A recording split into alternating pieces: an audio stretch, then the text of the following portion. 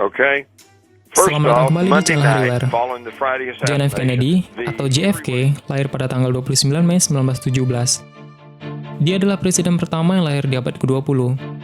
Dia terpilih sebagai presiden ke-35 Amerika Serikat pada tahun 1960 dan mulai menjabat pada tanggal 20 Januari 1961. Kennedy merupakan presiden Amerika Serikat yang pernah bertemu dengan presiden pertama Indonesia, yaitu Presiden Soekarno. Jika berbincang mengenai John F. Kennedy, yang kematiannya masih menyimpan banyak misteri. Hingga saat ini pun, sebuah serial di salah satu channel televisi yang berjudul JFK Declassified juga sangat menarik untuk dilihat. Berikut ini adalah sebuah fakta kunci yang penting untuk dipahami ketika mempelajari kehidupan Presiden John F. Kennedy.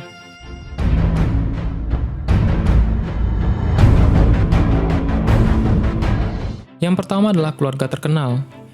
Ayah John F. Kennedy, Joseph Kennedy, sangat kaya dan berkuasa. Franklin D. Roosevelt menunjuknya menjadi kepala US Securities and Exchange Commission atau SEC.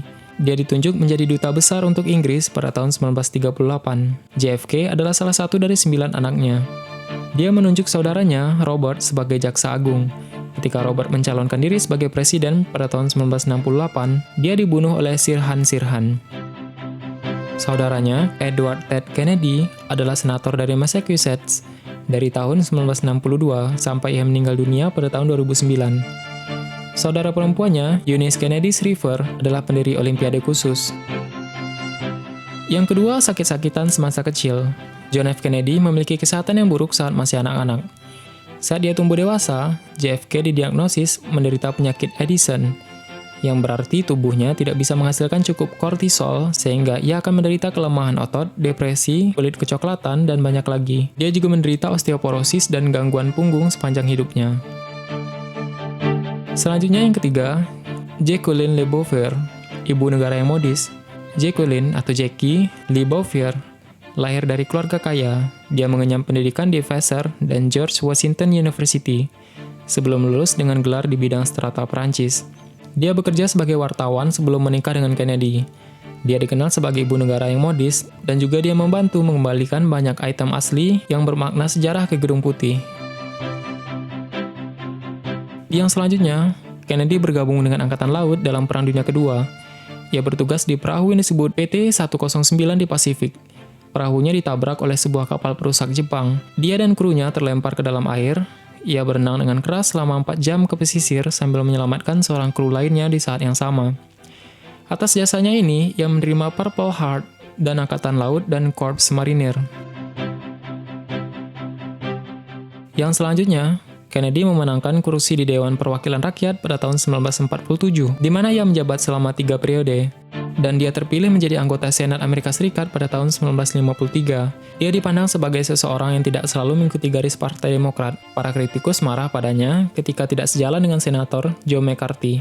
Yang selanjutnya adalah Kennedy memenangkan hadiah Pulitzer atas bukunya Profiles in Courage.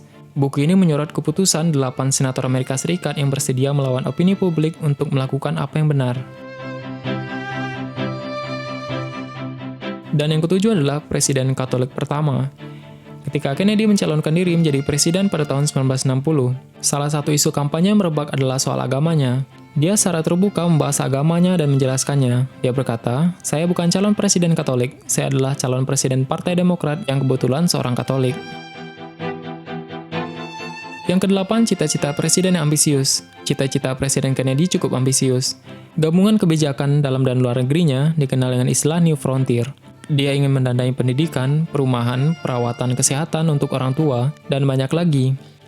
Saat dia mampu melewati Kongres, mereka juga menyetujui peningkatan upah minimum, tunjangan jaminan sosial, dan program peremajaan kota. Selain itu, Korps Perdamaian juga dibuat. Dalam hal hak sipil, Kennedy menggunakan perintah eksekutif dan banding pribadi untuk membantu gerakan hak-hak sipil. Dia juga mengusulkan program legislatif untuk membantunya, tetapi tidak disetujui sampai setelah kematiannya. Yang kesembilan, krisis rudal Kuba dan Vietnam.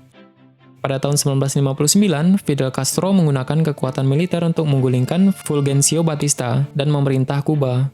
Dia memiliki hubungan dekat dengan Uni Soviet. Kennedy menyetujui sekelompok kecil warga Kuba di pengasingan untuk pergi ke Kuba dan mencoba memimpin pemberontakan dalam apa yang disebut invasi Teluk Babi. Namun, mereka ditangkap dan itu merugikan reputasi Amerika Serikat. Segera setelah misi ini gagal, Uni Soviet mulai membangun basis rudal nuklir di Kuba untuk melindunginya dari serangan di masa depan. Menanggapi ini, Kennedy mengkarantina Kuba, memperingatkan bahwa serangan terhadap Amerika Serikat dari Kuba akan dilihat sebagai tindakan perang oleh Uni Soviet. Kebuntuan yang dihasilkan dikenal sebagai krisis misil Kuba. By a man who, like Jimmy Carter, had some measure of decency and integrity within him, even while he was playing games with Marilyn Monroe and so on. Jack Kennedy was genuinely sorry over the attempt by the CIA to overthrow the Indonesian government. He was genuinely sorry of the fact that the Zionists had taken control through an agreement, a contract, of a mountain of gold in Indonesia, which was being mined. And the Indonesian government could not recover it. The contract was signed by the previous Dutch government. And when Kennedy became president of the United States, he made an effort to try to correct these wrongs. And that was when he reached out to Sukarno and invited Sukarno to come to Washington. Yang terakhir adalah dibunuh pada bulan November 1963. Pada tanggal 22 November 1963, Kennedy dibunuh saat berada dalam iring-iringan mobil melalui Dallas, Texas. Lee Harvey Oswald, sang penembak, berada di bangunan Texas Books Depository dan melarikan diri dari TKP. Dia kemudian tertangkap di bioskop dan dibawa ke penjara. 2 hari kemudian, ia ditembak dan dibunuh oleh Jack Ruby sebelum bisa diadili. Komisi Warren menyelidiki pembunuhan itu dan menetapkan bahwa Oswald bertindak sendirian. Namun penentuan ini masih menyebabkan kontroversi sampai hari ini, karena banyak orang yang berpikir bahwa ada lebih banyak orang yang terlibat dalam pembunuhan itu. Bagaimana menurutmu?